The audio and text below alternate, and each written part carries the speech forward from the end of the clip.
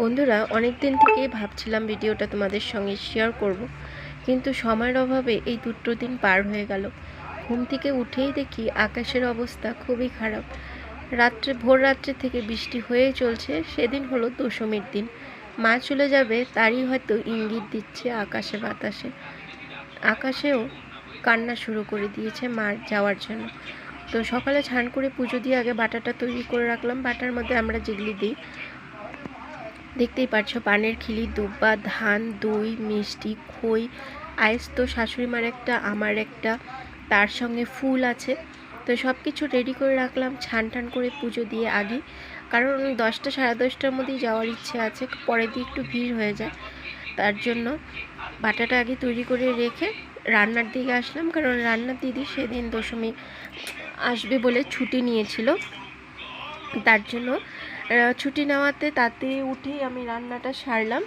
রান্নাটা সেরে নিলাম, নাহলে সারাদিনই খাওয়া দাওয়ার প্রবলেম আছে, বাবা আছে, মেয়ে আছে, হাজব্যান্ড আছে।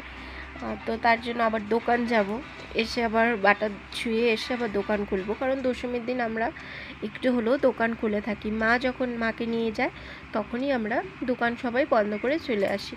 তো দেখো, রান্নার মধ্যে বেশি কিছু করিনি। বোয়াল মাছ এনেছিল, লাল লাল বোয়াল মাছের ঝোল করলাম মাখা মাখা করে, তার সঙ্গে টমেটো পেঁয়াজ দিয়ে পাতলা করে মুসুর ডাল আর সাদা ভাত, আর বেশি কিছু করলাম না।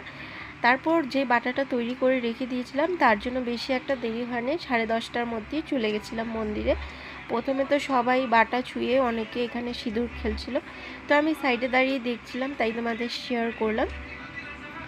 তারপর দেখো, আমি মাকে গেলাম পুজো করতে, সেটা আর শেয়ার করলাম না তোমাদের। সিঁদুর লাগালাম, ছোঁয়ালাম। আমাদের কাঁচা টাকাও নেয়, কাঁচা টাকাও ঠাকুরের পায়ে চরণে ছোঁয়াতে হয়। তারপরে যে দেখো, আমিও বাইরে এসে সিঁদুর ছোঁয়ালাম, মিষ্টিমুখ করালাম সকলের। এই দিনটা আমাদের সদাবাদের অনেক একটা আনন্দের দিন, সুখের দিন। আমরা এইভাবে শাঁখা সিঁদুর নিয়ে যেন অনেকটা দূর মায়ের আশীর্বাদ নিয়ে চলতে পারি, এটাই কামনা করছি। আর বৃষ্টি এত হচ্ছিল, ঠাকুরকে শেষে উপায় না পেয়ে প্লাস্টিক কাভার দিয়ে ঢেকে নিয়ে গেছে, কারণ যেতে যেতেই তো ঠাকুর অনেকটা ভিজে যাবে, আর তখন আস্তে আস্তে গলে যাওয়ারও চান্স থাকে। তো দেখো, মা দুর্গাকে উঠিয়ে দিয়েছে।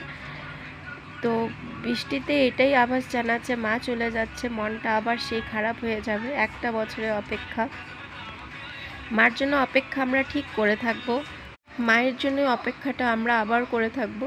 আসছে বছর আবার নিশ্চয়ই হবে। ছোট্ট করে মিনি ব্লগটা শেয়ার করলাম, ভালো লাগলে প্লিজ পাশে থেকো, লাইক কমেন্ট শেয়ার করে যেও। টাটা, পরে